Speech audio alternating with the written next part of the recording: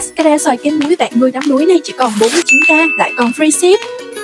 Món cascara xoài kem muối của cây coffee mấy này đang hot rần rần vì độ độc và lạ. Món có vị chua chua, ngọt ngọt hài hòa, đã xay mát lạnh.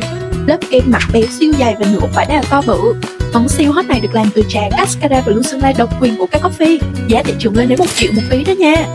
Mà nay mọi người đặt trên Grab, Bi và Shopee chỉ còn 49k thôi, còn được free ship nữa nè. Order ngay để trải nghiệm hương vị có 102 này nha.